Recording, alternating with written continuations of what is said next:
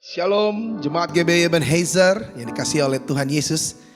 Hari ini berjumpa lagi dalam online service. Saya sangat bahagia menyapa Bapak Ibu Saudara sekalian untuk boleh bersama-sama kita datang menghadap Tuhan, beribadah, menaikkan ucapan syukur kita dan menyenangkan hati Dia lewat ibadah kita.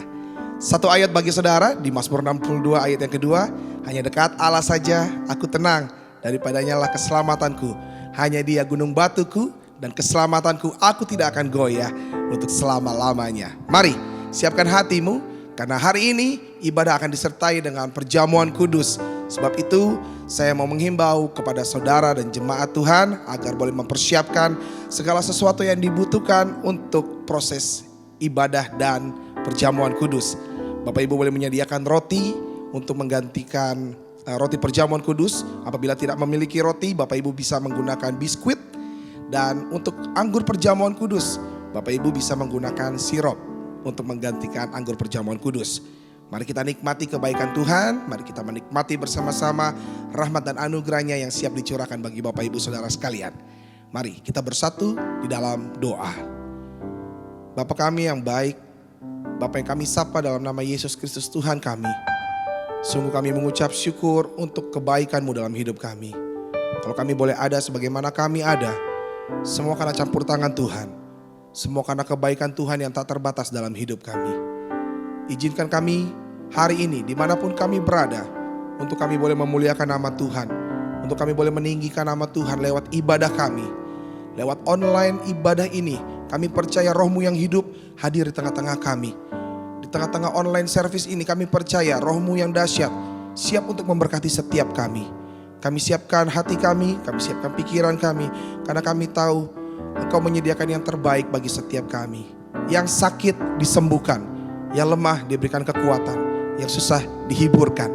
Kami percaya Engkau bersama dengan kami, bertata di atas setiap pujian kami, dan Engkau siap memberkati setiap kami. Terima kasih Tuhan Yesus.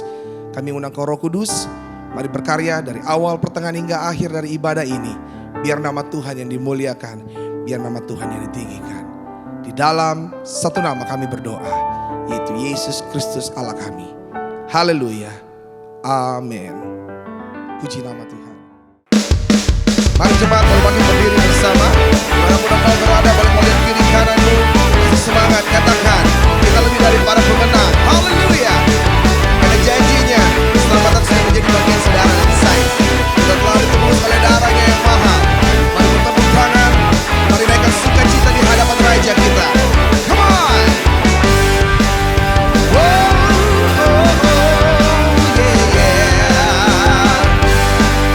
Sama-sama angkat suaramu, katakan, sekarang telah tiba. Sekarang telah tiba keselamatan dan kuasa. Sebab pemerintahan Allah kita, kuasa Dia yang diurapinya, karena telah dilemparkannya para pendakwa kita. Mari katakan, sekarang telah tiba keselamatan, keselamatan dan kuasa. Amin. Sebab pemerintahan Allah kita, kuasa Dia yang diurapinya, karena telah dilemparkannya para pendakwa kita. Come on. Oleh darah anak domba, katakan, oleh kesaksian, oleh kesaksian kita, iblis dikalahkan, kuasanya dihancurkan oleh darah anak domba. Mari para pemenang bertepuk tangan di hadapan Dia.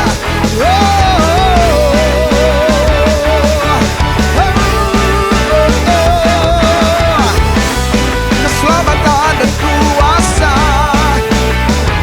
hanya di dalam-Mu Tuhan. Mari angkat suaramu bersama, nyanyikan pujian ini, katakan, sekarang telah tiba keselamatan dan kuasa. Sebab pemerintah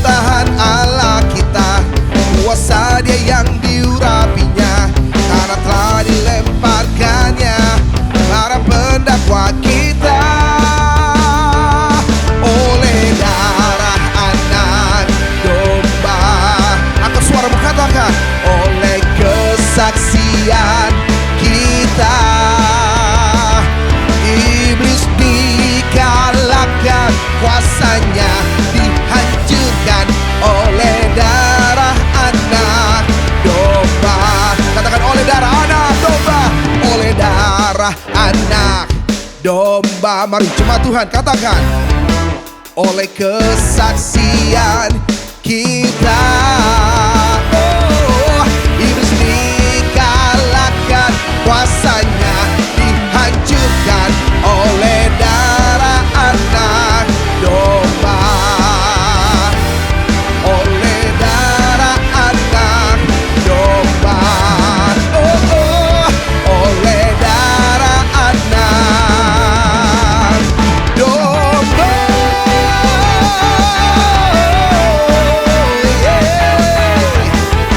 Haleluya. Oleh kuasanya, saudara dan saya lebih dari para pemenang. Mari berikan tepuk tangan sorak-sorai bagi Allah kita. Haleluya. Haleluya, haleluya, haleluya. Amin. Mari saudara siapkan hatimu. Kita mau menyembah Tuhan lebih lagi. Menaikkan pujian di hadapannya sebagai bentuk ucapan syukurmu. Oh, terima kasih Bapa. Salibmu menjadi bukti cintamu kepada kami. Oh, pengorbananmu kau layakkan kami, untuk kami boleh memanggil Engkau Bapa. Kau menyelamatkan hidup kami. Mujizatmu tersedia bagi setiap kami yang percaya. Pujilah namamu. Mari saudaraku, dengan sikap menyembah, sama-sama naikkan pujian ini. Mari nyanyikan.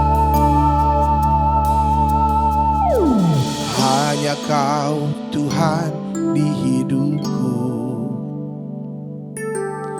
Kau berikan hidup yang baru.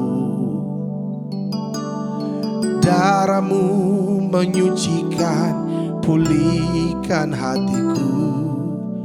Ku nyatakan Kaulah segalanya. Engkaulah sumber pengharapan. Kuasa-Mu sanggup menyembuhkan.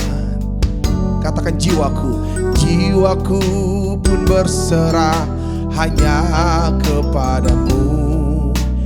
Yesus, Kaulah segalanya.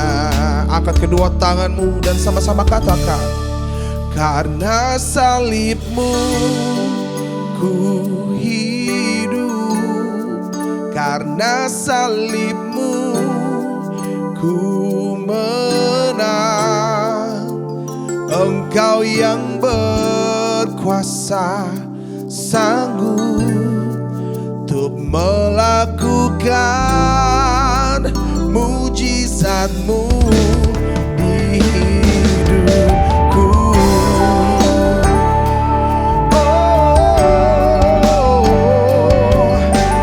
Kami percaya mujizat-Mu terjadi dalam hidup kami. Terima kasih Yesus, Kau sungguh baik. Mari saya jemput kita bangkit berdiri dimanapun engkau berada. Dengan sikap menyembah, sama-sama katakan, Engkaulah sumber pengharapan. Katakan, kuasa-Mu sanggup, kuasa-Mu sanggup menyembuhkan. Jiwaku pun berserah hanya kepadamu. Yesus, Kaulah segalanya. Angkat tanganmu dan katakan, karena salib-Mu ku hidup, karena salib-Mu ku menang. Engkau yang berkuasa, sanggup untuk melakukan mujizat-Mu. Karena salib-Mu ku hidup,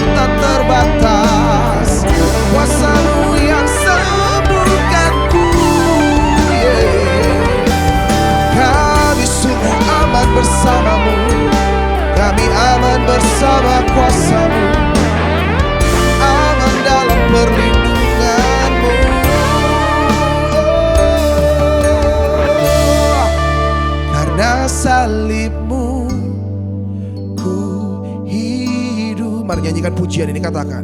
Karena salibmu ku menang. Amin. Engkau yang berkuasa, sanggup untuk melakukan mujizatmu. Karena salibmu ku hidup. Katakan, karena salibmu, karena salibmu ku menang. Engkau yang berkuasa, sanggup untuk melakukan mujizatmu di hidupku.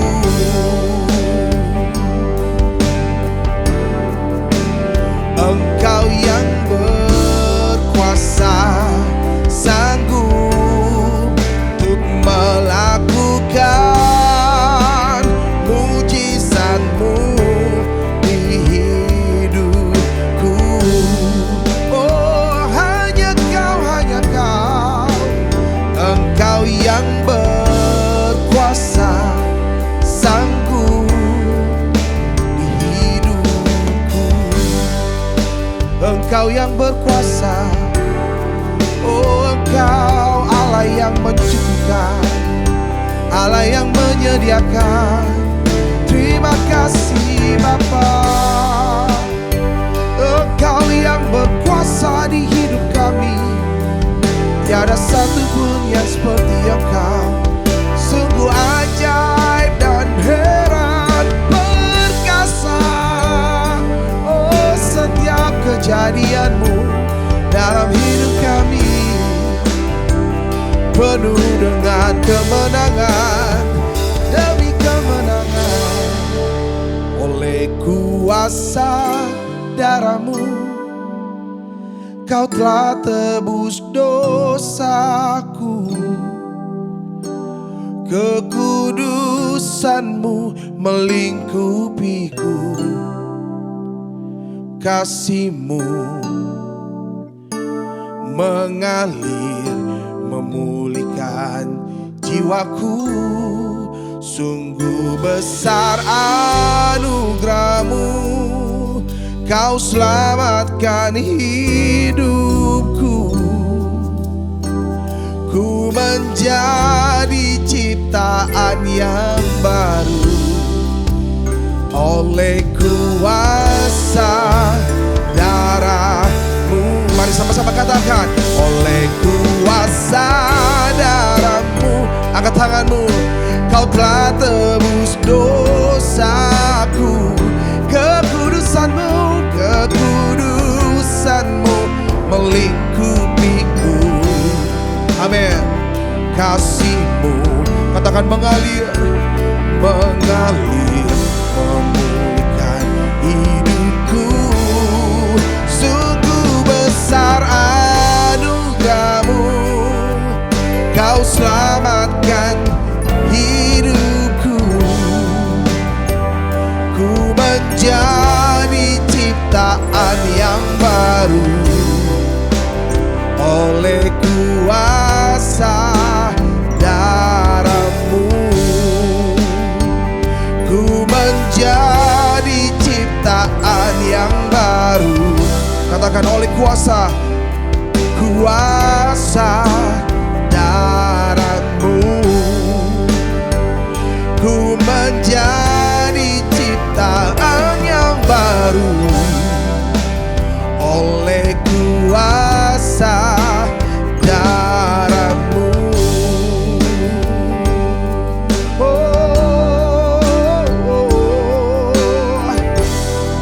Jadi ciptaan yang baru di dalam-Mu oleh kuasa darah-Mu.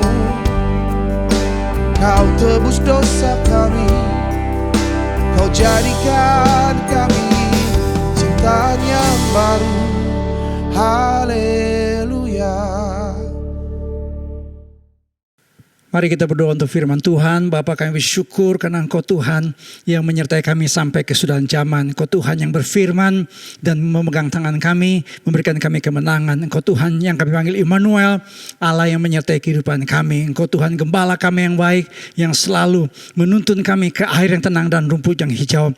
Pada saat ini Tuhan, ketika kami beribadah, kami tahu Engkau hadir di tengah-tengah kami. Engkau berfirman buat kami, karena firman Tuhan adalah jawaban buat setiap kami. Kami percaya pada waktu kami mengaminkan firman Tuhan, kami percayakan firman Tuhan, kami hidup dalam firman Tuhan, maka kami yang lemah Tuhan kuatkan, kami yang sakit Tuhan sembuhkan, kami yang terikat Tuhan lepaskan, kami punya masalah, kami tahu firman Tuhan menjadi jawaban buat setiap kami. Kami siap diberkati oleh firman-Mu dalam nama Tuhan Yesus Kristus kami berdoa dan percaya. Yang percaya katakan bersama dengan saya, amin. Puji Tuhan. Shalom. Berikan kemuliaan buat Tuhan kita.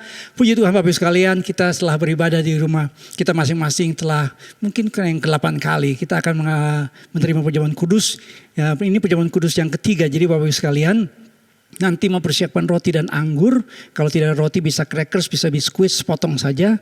Kalau tidak ada yang namanya anggur bisa sirup atau teh. Jadi Bapak Ibu sekalian, kita akan menerima perjamuan kudus di awal bulan ini. Dan kita percaya dimanapun kita bersuruk pada nama Tuhan. Tuhan yang kita sembah, Tuhan yang maha hadir. Tuhan yang menyertai kehidupan kita. Saya menerima banyak input, banyak masukan, banyak hal-hal yang luar biasa yang jemaat Tuhan katakan kepada saya. Walaupun beribadah di rumah, banyak di jemaat Tuhan, banyak yang dikuatkan. Ada yang mengatakan saya sungguh tersentuh, sungguh terharu walaupun ibadah cuma di rumah. Tapi saya tahu itu bukan karena kita melakukan hal-hal yang biasa, tapi ini luar biasa. Karena pada saat kita berdoa dalam nama Tuhan Yesus, Tuhan hadir dan menolong kita semua. Puji Tuhan, haleluya. Bapak Ibu sekalian, pada saat ini saya akan bicara tentang satu topik yang sebenarnya manusia inginkan. Tetap bahagia di masa-masa sulit. Saya bacakan dalam Kisah Rasul 5 ayat 40 sampai dengan ayat yang ke-41. Mereka memanggil rasul-rasul itu lalu menyesal mereka dan melarang mereka mengajar dalam nama Yesus. Sudah itu mereka dilepaskan. Rasul-rasul itu meninggalkan sidang mahkamah agama dengan gembira. Karena mereka telah dianggap layak menderita penghinaan oleh karena nama Yesus. Survei penelitian membuktikan bahwa orang yang bahagia bukan karena kekayaan, bukan karena harta, bukan karena kedudukan, bukan karena pangkat, bukan karena lingkungan di mana dia berada, bukan karena dia tinggal di istana, bukan karena ada kolam renang di rumahnya, kolam bebek, kolam ikan dan kolam lele, bukan. Tapi karena dari dalam hatinya. 80% mengatakan kebahagiaan bersumber dalam diri manusia. Saudara-saudara, yang namanya artis pelawak Nunung ini membuat orang tertawa. Tiap kali Nunung tampil kita semua pasti tertawa karena dia seorang pelawak dari grup komedi Sri Mulat yang sangat terkenal itu. Tetapi saudara yang namanya Nunung ditangkap polisi karena dia memakai narkoba. Hampir orang tidak percaya kok Nunung yang selalu ceria di kamera, yang selalu ceria di depan banyak orang, yang selalu menghibur banyak orang, tapi pakai narkoba. Saudara, ada yang namanya Polo ini juga dari grup Sri Mulat. Sampai 2 kali ditangkap saudara. Tahun 2000 ditangkap, 2004 ditangkap lagi karena masalah narkoba. Padahal Polo pun juga seorang yang selalu menghibur banyak orang, buat orang banyak tertawa. Ada namanya Tora Sudiro, ini juga seorang bintang film terkenal, tetapi ternyata ditangkap polisi gara-gara dia menyimpan yang namanya obat-obatan, dia memakai narkoba, saudara. Padahal Tora Sudiro adalah salah seorang selebritis yang terkenal. Di dunia orang pasti mengenal yang namanya Philip Hoffman. Ini salah satu pemeran film antagonis, ya, pemeran antagonis dalam film Mission Impossible 3. Ini salah satu film yang box office, Mission Impossible, dan salah satu pemerannya musuhnya ya dari siapa nih pemeran dalam Mission Impossible itu ya, Philip Seymour Hoffman ini musuhnya.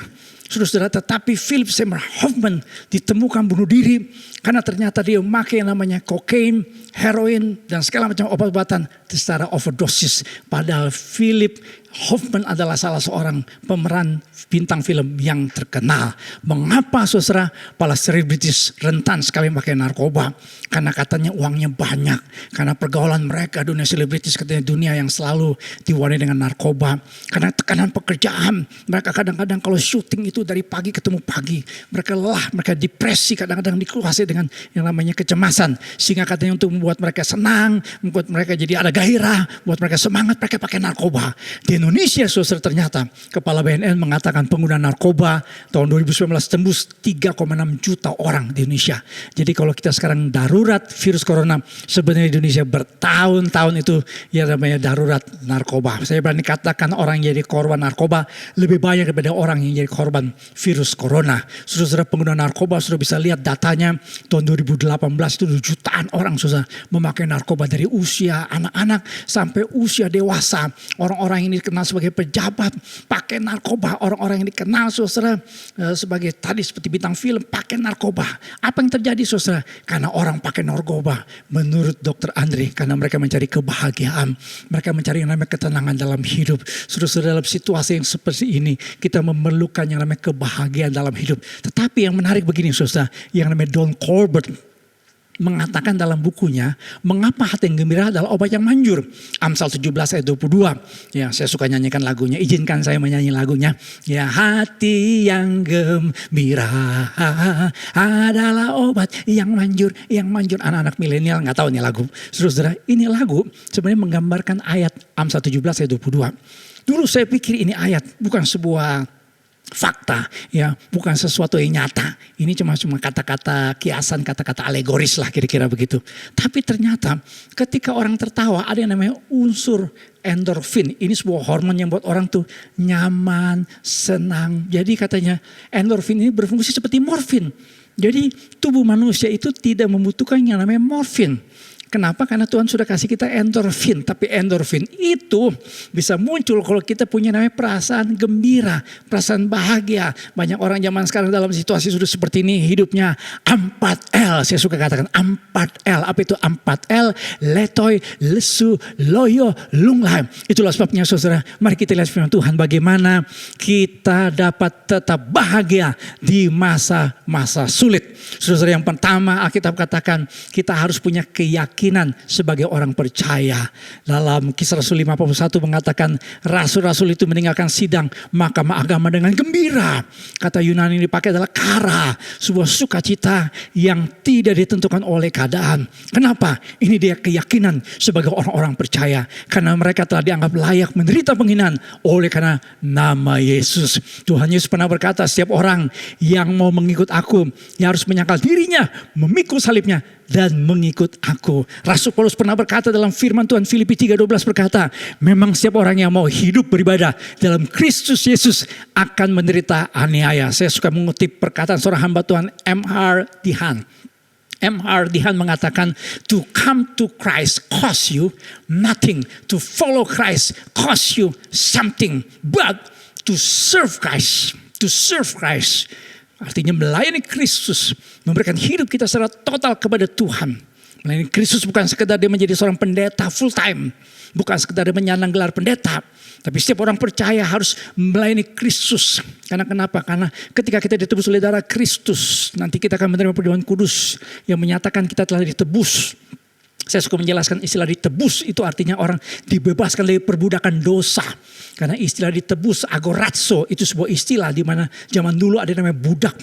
Ditebus oleh Tuhan, ya, oleh seorang Tuhan, sehingga dia menjadi manusia merdeka. Saudara-saudara, kita telah ditebus, kita menjadi milik Kristus dan kita harus melayani Kristus. Itu artinya kita semua dipanggil untuk melayani Kristus, to serve Christ. Kata M.R. Dihan adalah kita harus membayar seluruhnya dalam hidup kita. Jadi kita harus siap pikul salib, sangkal diri, menderita buat nama Kristus. Lihat dalam sejarah gereja keyakinan para murid untuk rela menderita dan mati bagi Kristus, dari Stefanus, Petrus, Yakobus, Andreas, Filipus, dan Thomas. Orang-orang yang dulunya saudara menjadi murid Kristus, mereka tahu mereka harus rela membayar harga sebagai pengikut Kristus. Di dunia ini sampai tahun lalu pun dicatat kurang lebih 245 juta orang yang karena iman pada Kristus saudara, mereka menderita aniaya. Tetapi saudara, orang-orang percaya yang punya keyakinan dalam Kristus, yakin akan firman Tuhan, yakin akan kehadiran Tuhan, yakin kepada Kristus yang berfirman, mereka tetap bisa bersuka cita,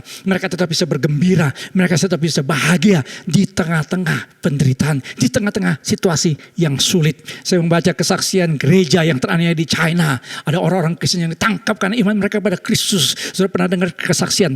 Ada orang yang mau cetung. Mau cetung adalah salah satu pemimpin besar di China. Mau cetung, tutup yang namanya gereja.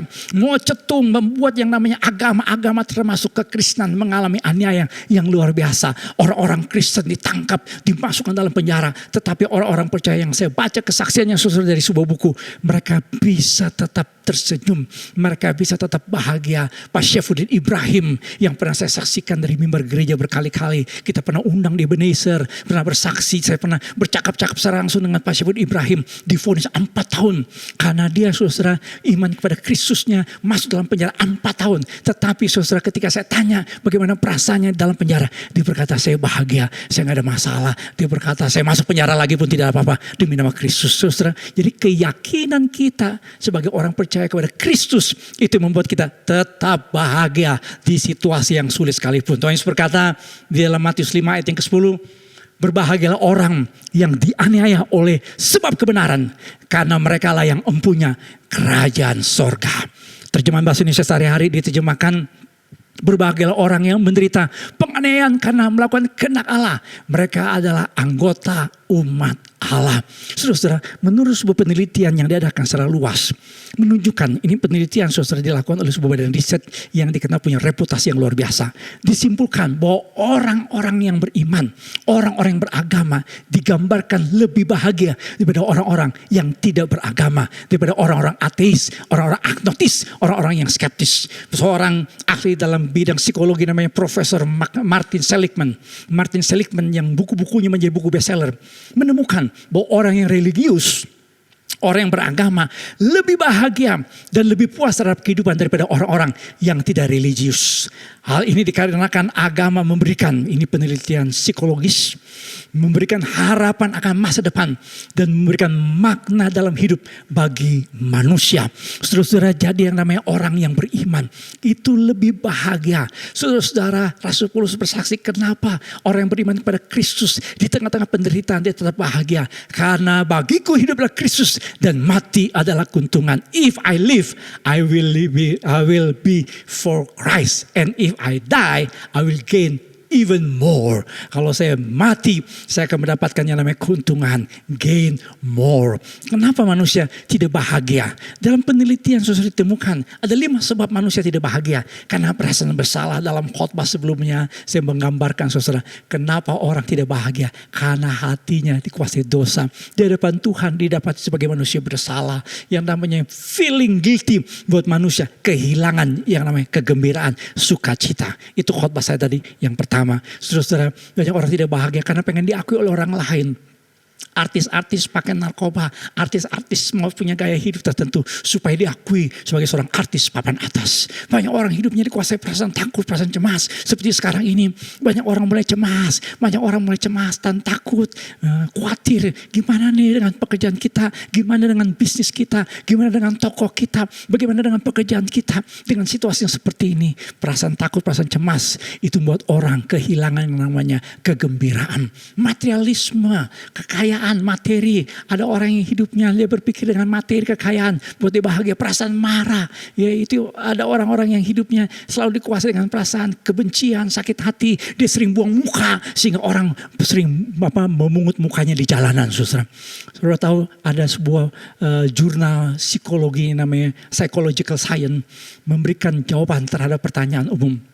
Apakah yang namanya kebahagiaan itu berasal dari uang? Apakah uang memberikan kebahagiaan? Dari hasil studi selama 20 tahun lebih memperlihatkan bahwa orang kaya tidak lebih bahagia daripada orang yang miskin. Penelitian Philip Brickman menemukan orang-orang yang menangkan lotre dari sebuah acara lotre yang namanya Illinois State Lottery di Amerika Serikat mengatakan orang-orang yang menangkan lotre rata-rata tidak lebih atau kurang bahagia hidupnya. Saudara, jadi artinya yang namanya kekayaan, materi, fulus, happy, health, money tidak bisa memberikan yang namanya kebahagiaan. Kebahagiaan kita adalah kalau kita memiliki namanya iman kepada Kristus, iman pengharapan dalam Kristus. Surat Filipi ditulis dari dalam penjara. Ini adalah surat sukacita, karena kata sukacita ditemukan dalam 12 ayat. Rasul Paulus bersukacita karena keyakinannya kepada Tuhan Yesus walaupun dia dalam penjara, dalam situasi yang sulit. penjara zaman dulu lebih buruk daripada penjara zaman sekarang, saudara. Tapi dia berkata, akhirnya saudara-saudaraku, bersukacita dalam Tuhan. Finally my dear friends, be glad and that you belong to the Lord. Always be glad because of the Lord. I will say it again. Be glad, bersukacitalah senantiasa dalam Tuhan. Sekali lagi katakan, bersukacitalah. Saya suka menyanyikan lagunya Fanny Crosby yang berkata, ku berbahagia, yakin teguh, Yesus abadi, kepunyaanku, aku warisnya, ku ditebus, ciptaan baru, Roh Kudus. Izinkan saya menyanyi lagu ini. Mungkin sudah pernah mendengar saya nyanyi lagu ini berkali-kali. Tapi izinkan sekali lagi saya nyanyi di ibadah yang khusus ini. Aku bernyanyi bahagia, memuji Yesus selamanya. Aku bernyanyi bahagia, memuji Yesus selamanya. Saudara punya Tuhan Yesus, saudara pasti berbahagia. Saudara beriman kepada Tuhan Yesus, saudara pasti berbahagia. Bagaimana ukuran kebahagiaan dalam hidup saudara saat ini? Kalau angka 1 itu menggambarkan sama sekali tidak bahagia. Angka 10 menggambarkan kondisi yang sangat bahagia. Kira-kira saudara di angka berapa? Dari 1 sampai 10. Apakah saudara di angka 7 atau 8? Mungkin 10 di sorga lah. Ya, kalau di 10 sorga lah. Ya, selama kita di dunia ya pasti ada banyak tantangan yang buat kita mungkin kurang nyaman. Tapi apakah saudara berani mengatakan sekarang kebahagiaan saya di angka 7 atau 8? Di angka berapa saudara?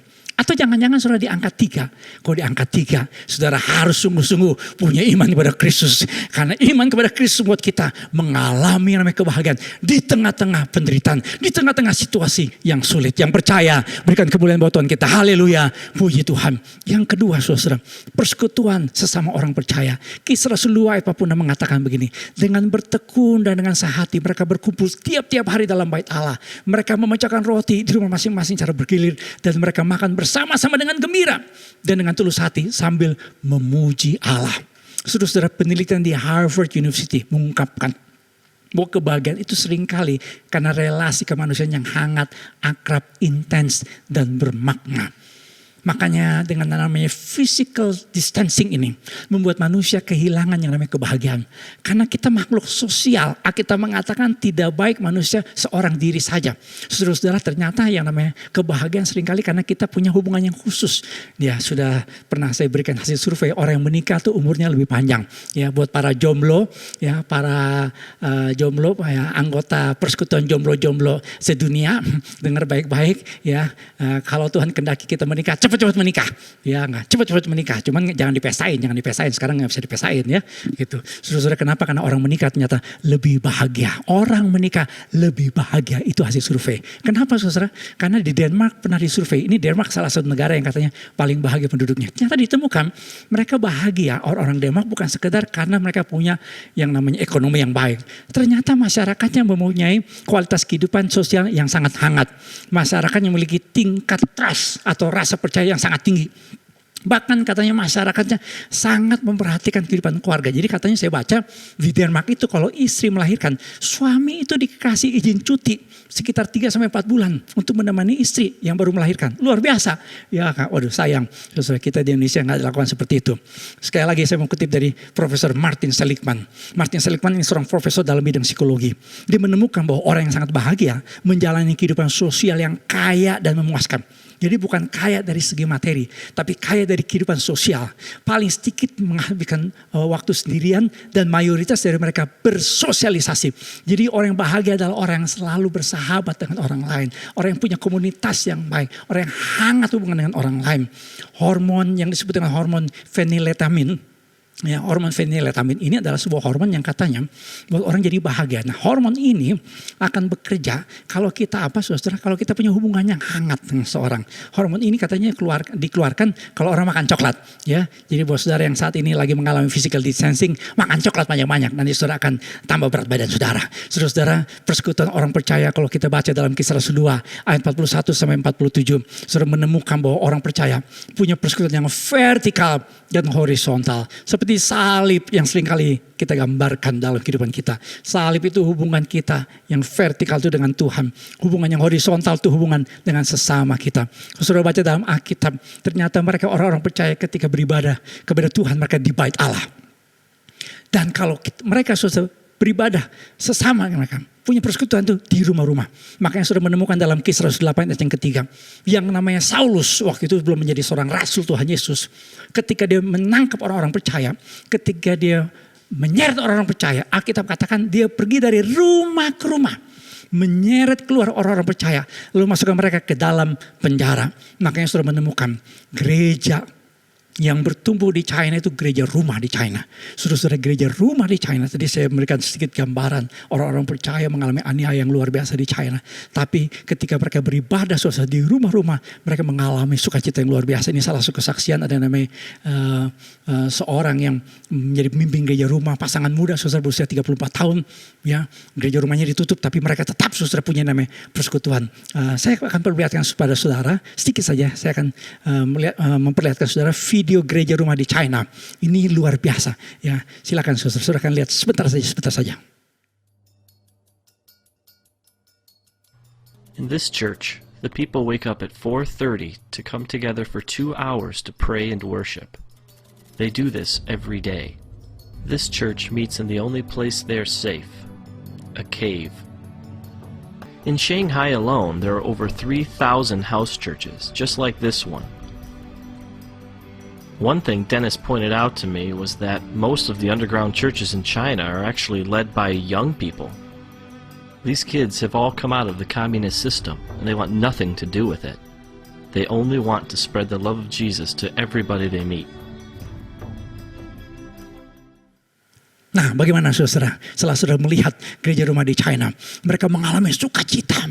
Mereka menyanyi walaupun mereka di tengah-tengah aniaya. Kenapa? Karena yang kedua saudara, kalau kita berbahagia di tengah-tengah situasi sulit itu karena kita punya persekutuan sebagai orang-orang percaya. Ikuti kalimat saya, emosi itu menular.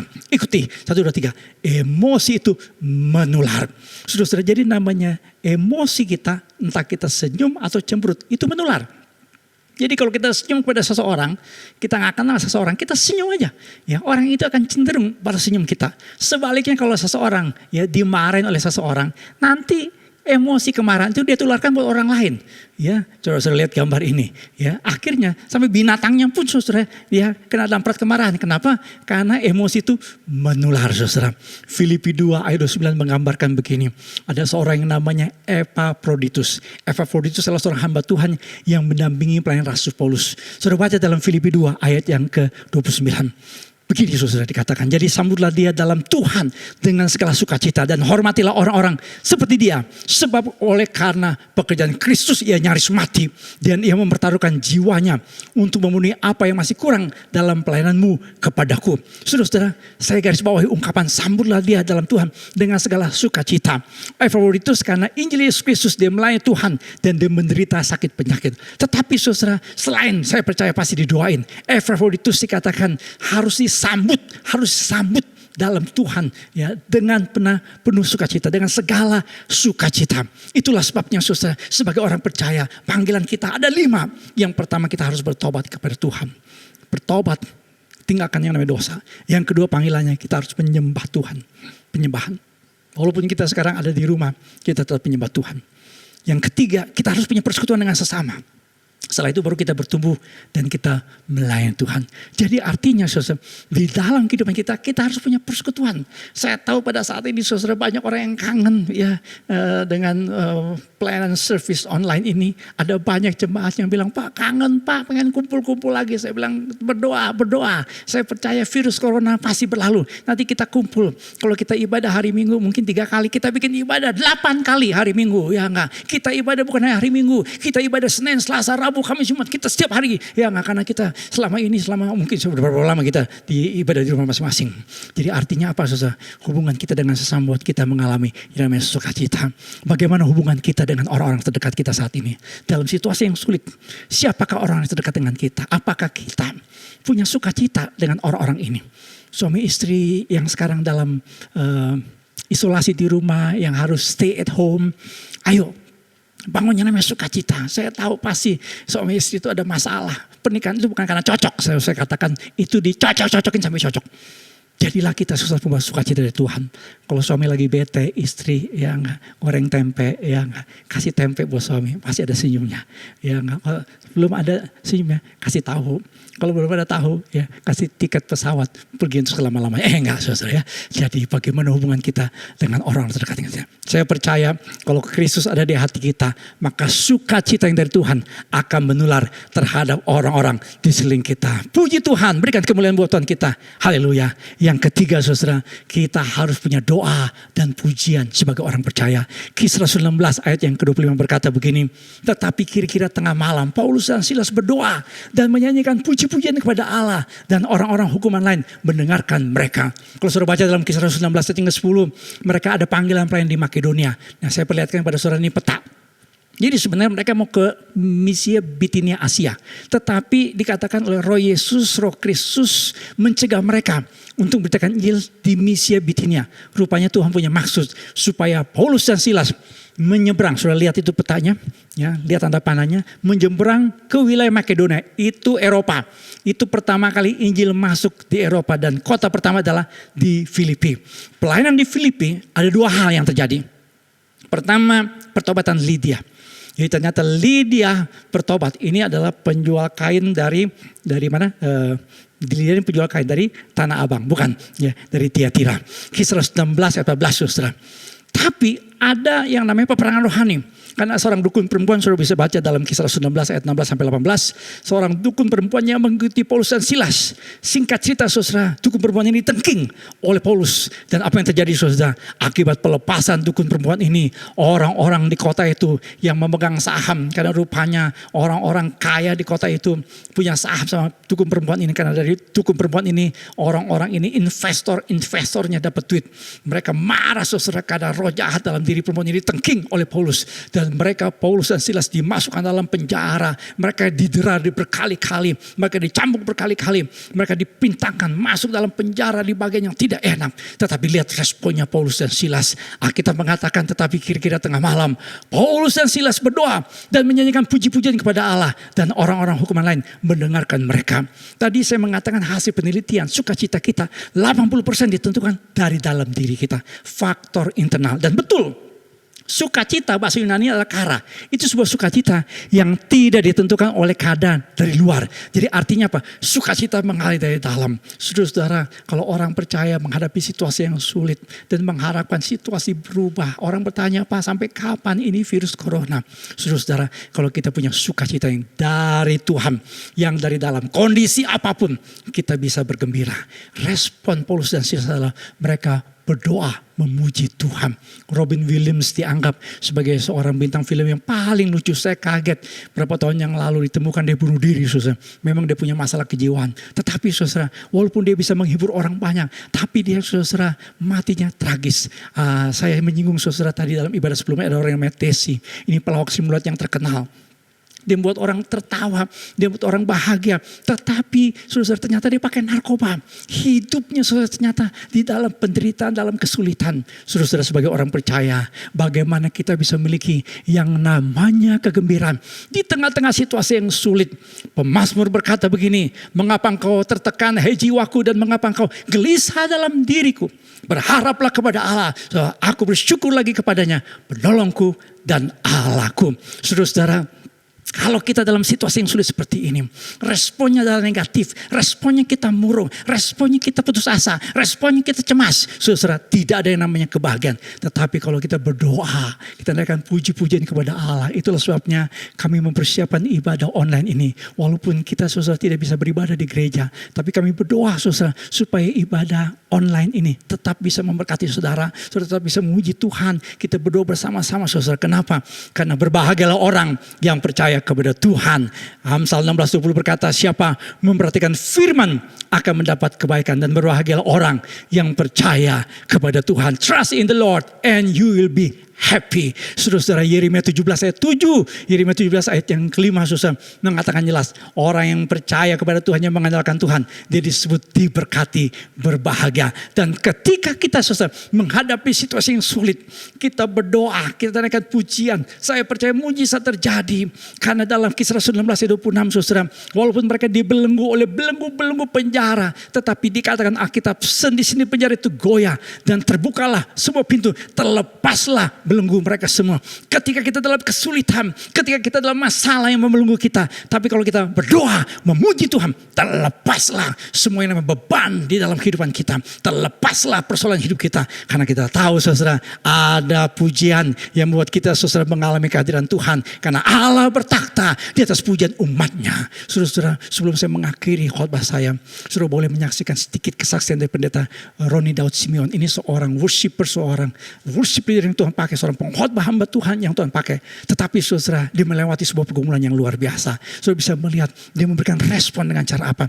Ketika dia dalam keadaan yang begitu berat, pendeta Roni Daud Simeon, dia memuji Tuhan. Dan dia akan pujian. Walaupun dia berkata dia sempat susah karena sesak nafas, tapi dia memuji Tuhan. Saudara bisa saksikan kesaksian video ini.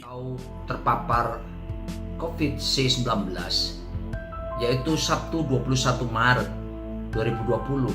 Beberapa hari sebelumnya mengalami demam tinggi dan juga batuk yang begitu kuat. Lalu dokter meminta untuk periksa darah dan dilihat ternyata trombositnya turun, dicurigai demam berdarah. Tapi kemudian dicek lagi beberapa waktu kemudian, didapati trombosit mulai naik, tapi dokter tetap curiga karena batuk saya dan demam tetap tinggi. Lalu CT scan toraks saya dan di situ terlihat bahwa sebagian besar paru-paru saya sudah terserang dengan virus itu. Ada bercak-bercak putih menguasainya dan tepat Sabtu 21 Maret saya harus diopname. Itulah hari pertama saya mengetahui. Walaupun belum dites, tapi dokter karena pengalaman sudah tahu. Dan beberapa waktu kemudian dites swab dan memang terbukti positif corona. Bentar, oke.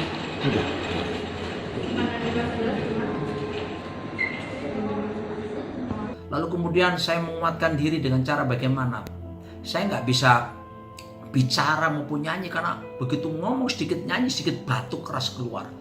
Tapi dari hati yang paling dalam mengalir nyanyian pujian pengagungan kepada Tuhan. Terus tiada henti. All my life you have been faithful.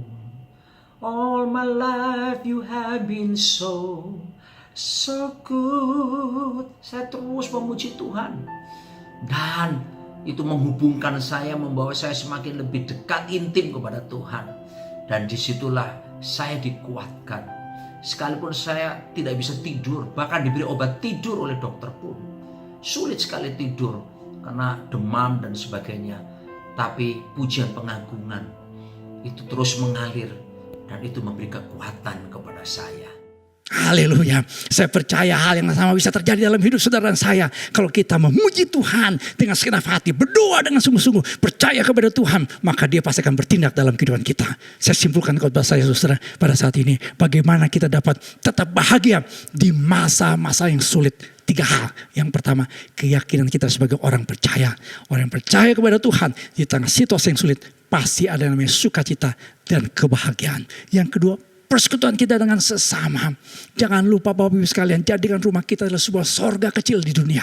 Jadikan persekutuan kita dengan sesama membuat kita mengalami kegembiraan dan sukacita. Dan yang ketiga, saudara, doa pujian orang percaya membuat kita, saudara, mengalami kelepasan, mengalami kemenangan, mengalami keajaiban, mengalami mujizat dari Tuhan. Di dalam nama Tuhan Yesus kita percaya ada kemenangan, ada pertolongan Tuhan, ada keajaiban. Haleluya, puji Tuhan. Yang percaya berikan kemuliaan buat Tuhan kita. Amin. Mari kita berdoa untuk firman Tuhan dan mempersiapkan hati kita untuk perjamuan kudus. Mari kita berdoa bersama-sama. Bapa Surgawi, kami bersyukur karena firman Tuhan pada saat ini menjadi jawaban buat setiap kami. Kami telah mendengar firman Tuhan. Bila setiap kami mengaminkan firman Tuhan, percayakan firman Tuhan, mengaminkan firman Tuhan, dan bertindak sesuai dengan firman Tuhan, sehingga kami yang lemah Tuhan kuatkan, kami yang sakit ada kesembuhan yang dari Tuhan, kami yang punya masalah Tuhan berikan kami jawaban hikmat yang dari Tuhan. Kami tahu firman Tuhan tidak pernah gagal dalam menolong kami, digenapi dalam kehidupan kami. Terpuji nama Tuhan karena firman-Mu telah tertanam dalam hati kami dan berbuah mengubah hidup kami. Dalam nama Tuhan Yesus kami berdoa. Haleluya. Kami juga berdoa pada dasarnya Tuhan untuk perjamuan kudus jemaat-Mu yang telah mempersiapkan roti dan anggur perjamuan kudus, mungkin dalam bentuk crackers, mungkin dalam bentuk sirup. Tuhan, Engkau menguduskannya, Engkau menyucikannya supaya roti dan anggur perjamuan kudus dilayakkan Tuhan. Kami menerimanya dan kami mengingat akan kasih Tuhan, akan korban Tuhan, akan kebaikan Tuhan. Oleh darah Yesus kami dikuduskan, oleh tubuh Kristus yang terpecah-pecah kami mendapatkan pengampunan dosa yang sempurna. Siapkan hati kami Tuhan untuk menerima perjamuan kudus pada saat ini dalam ibadah ini. Kami siap Tuhan, dalam nama Tuhan Yesus Kristus kami berdoa dan percaya. Haleluya, yang percaya katakan bersama dengan saya. Amin. Puji Tuhan. Bapak Ibu sekalian, seperti yang sudah diumumkan, Bapak Ibu sekalian bisa mempersiapkan roti dan anggur perjamuan kudus. Kalau tidak ada roti bisa pakai yang namanya biskuit atau crackers. Kalau tidak ada anggur bisa pakai sirup yang rasa manis atau pakai teh. Ya, silakan mempersiapkannya.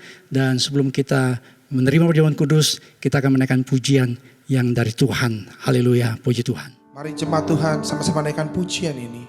Sembah Dia.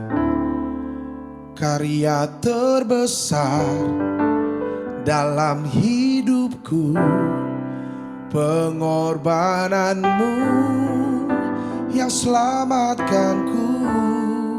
Engkaulah harta yang tak ternilai, yang ku miliki dan ku hargai. Yesus, Engkau ku kagumi.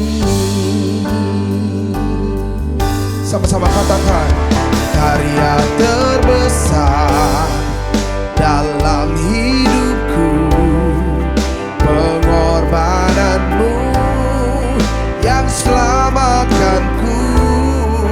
Engkaulah harta yang tak ternilai, yang ku miliki dan ku hargai. Yesus, Engkau ku kagumi. Yesus, Engkau ku kagumi. Yesus, Engkau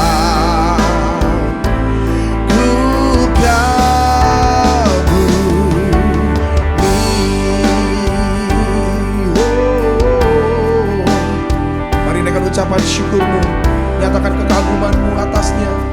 Sembah Dia.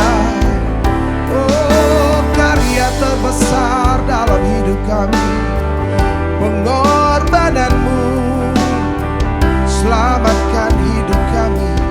Terima kasih Yesusku, terima kasih Allahku. Sungguh kami bersyukur, sungguh kami bersyukur buat tubuh dan darah-Mu. Oh, thank you Lord, thank you Jesus. Karya terbesar dalam hidupku, pengorbananmu yang selamatkanku. Engkaulah harta yang tak ternilai, yang ku miliki dan ku hargai. Yesus, Engkau ku kagumi. Sama-sama katakan, karya terbesar dalam hidupku, pengorbananmu yang selamatkanku. Engkaulah harta yang tak ternilai,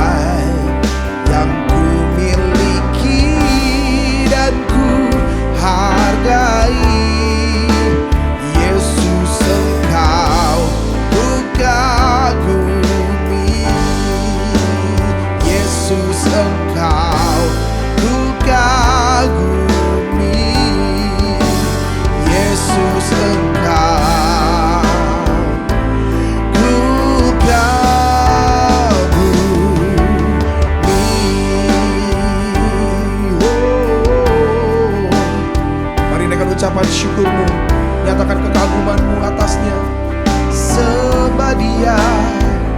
Oh, karya terbesar dalam hidup kami, pengorbananmu selamatkan hidup kami. Terima kasih Yesusku, terima kasih Allahku. Sungguh kami bersyukur, sungguh kami bersyukur buat tubuh dan darahmu.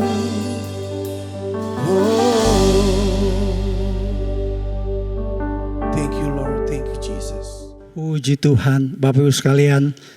Kalau Bapak Ibu sekalian telah mempersiapkan roti dan anggur perjamuan kudus, mari kita angkat roti di tangan kanan kita dan dengarkanlah firman Tuhan. Mari kita berdiri bersama, kita angkat roti di tangan kanan kita, dengarkanlah firman Tuhan. Sebab apa yang telah kuteruskan kepadamu telah aku terima dari Tuhan, yaitu bahwa Tuhan Yesus pada malam waktu ia diserahkan mengambil roti dan sudah itu ia mengucap syukur atasnya. Ia memecah-mecahkannya dan berkata, inilah tubuhku yang diserahkan bagi kamu. Perbuatlah ini menjadi peringatan akan aku. Saudaraku, bukankah ketika kita makan dalam perjamuan kudus pada ibadah ini, berarti saudara dan saya beroleh kesempatan kembali bersekutu dengan tubuh Kristus, dan di dalam anugerahnya jemaat yang percaya katakan amin. Saudaraku, apakah saudara percaya karena tubuh Kristus yang terpecah-pecah di atas kayu salib, kita mendapatkan pengampunan dosa dan memiliki hidup yang kekal bersama dengannya? Jemaat yang percaya katakan amin. Mari kita mengucap syukur saat untuk tubuh Kristus.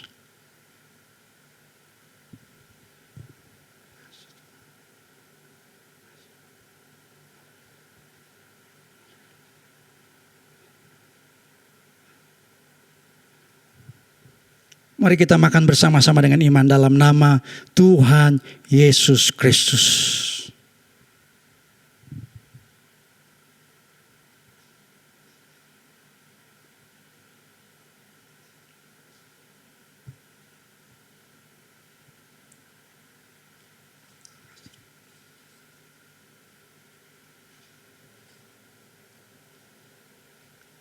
Mari jemaat Tuhan, kita angkat cawan di tangan kanan kita dan dengarkanlah firman Tuhan.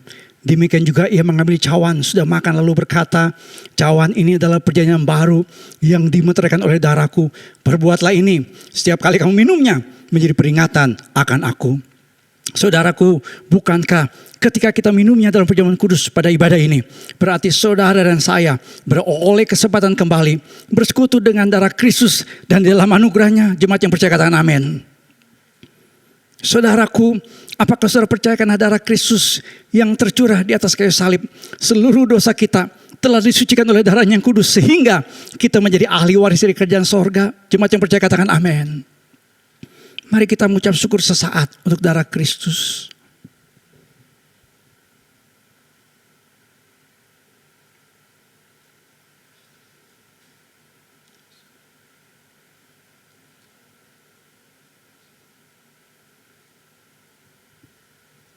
Mari kita minumnya bersama-sama dengan iman dalam nama Tuhan Yesus Kristus.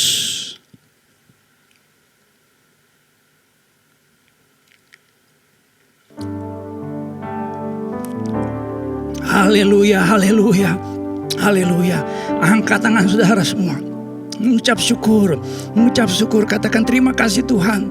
Terima kasih Tuhan, terima kasih Tuhan untuk korbanmu, untuk tubuh Kristus, untuk darah Yesus. Terima kasih Bapa untuk darah Yesus yang telah menyucikan hati nurani kami yang jahat. Kami disucikan oleh darah Kristus. Oleh bilur Tuhan Yesus kami percaya, kami disembuhkan.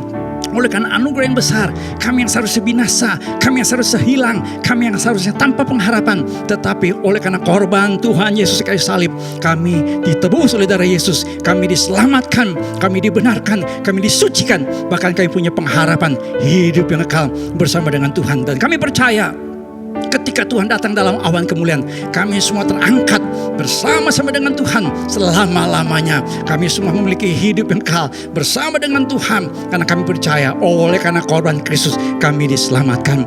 Terima kasih Bapa. untuk ibadah pada saat ini. Kami boleh menerima firman Tuhan, kami boleh memuji muliakan nama Tuhan, dan kami boleh menerima perjamuan kudus. Kami syukur Tuhan untuk jemaat Tuhan. Apapun kondisi masalah yang sedang dihadapi oleh jemaat Tuhan, kami percaya pada siang hari ini ada kemenangan, ada kekuatan yang Tuhan berikan buat kami. Tutup bungkus jemaat Tuhan dengan kuasa darah Tuhan Yesus. Setiap keluarga-keluarga yang mengikuti ibadah dari rumah masing-masing, kami tahu ada perlindungan Tuhan, karena Engkau Tuhan yang berfirman, yang menyertai kami sampai kesudahan zaman. Bersama dengan Tuhan kami cakap menanggung segala perkara. Kami tahu pada saat kami angkat tangan kami, Engkau Tuhan pasti turun tangan dalam kehidupan kami. Terima kasih Bapa. Hamba juga berdoa Tuhan untuk persembahan jemaat Tuhan yang biasa kami bawa pada awal-awal bulan. Kami mengembalikan miliknya Tuhan, yaitu persepuluhan.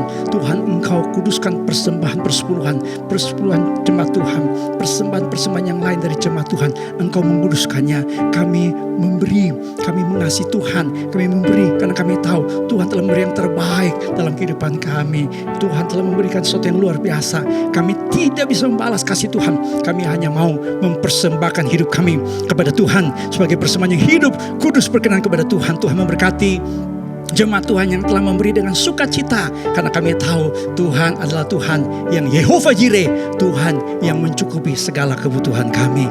Terima kasih Bapa untuk kesempatan kami bisa berdoa lagi untuk negara kami, untuk Indonesia, untuk negara-negara yang saat ini sedang bergumul. Kami berdoa untuk mimpin negara kami, Bapak Presiden kami, para pejabat dari tingkat pusat sampai tingkat daerah, PSBB yang diberlakukan di banyak daerah Indonesia. Tuhan tolong, dan kami bersyukur Tuhan karena pasti yang namanya virus corona ini akan berlalu dari Indonesia. Kami mau tetap berkata buat Indonesia, Shalom bagi Indonesia, Shalom bagi Indonesia, Shalom bagi Indonesia. Terima kasih Bapak. Kami juga berdoa, tetap berdoa untuk tenaga-tenaga medis yang saat ini sedang berjuang untuk kesembuhan para pasien. Tuhan berikan kekuatan para dokter, para perawat, para pasien. Biarlah pertolongan Tuhan terjadi buat kehidupan mereka. Terima kasih Bapa. Terpuji nama Tuhan kekal untuk selama-lamanya. Kami bisa beribadah dari awal, pertengahan hingga akhir ibadah ini. Tuhan hadir dan memberkati kami. Terima kasih Bapa. Sebelum kami mengakhiri ibadah ini, kami mau menerima berkat dari Tuhan. Mari Bapak Ibu sekalian, angkat tangan kita bersama, aminkan kalimat-kalimat berkat ini supaya digenapi dalam kehidupan saudara. Diberkatilah keluarga saudara, diberkatilah usaha dan pekerjaan saudara, diberkatilah kesehatan saudara, diberkatilah pertumbuhan iman saudara, dan diberkatilah masa depan hidup saudara. Saudara kasih dalam Tuhan, terimalah berkat Tuhan, kasih karunia dari Tuhan Yesus Kristus, kasih Allah Bapa, persekutuan pimpinan dan pengurapan Roh Kudus menyertai saudara-saudara sekalian dari sekarang sampai selama-lamanya. Haleluya. Yang percaya katakan bersama dengan saya, amin, amin, amin. Puji Tuhan. Tuhan memberkati. Berikan kemuliaan buat Tuhan kita. Bapak Ibu sekalian, silakan melihat pengumuman gereja berikut ini, dan kita percaya walaupun kita tetap beribadah di rumah, Tuhan tetap memberkati kita. Sampai ketemu lagi dalam ibadah online berikutnya. Tuhan memberkati. Shalom.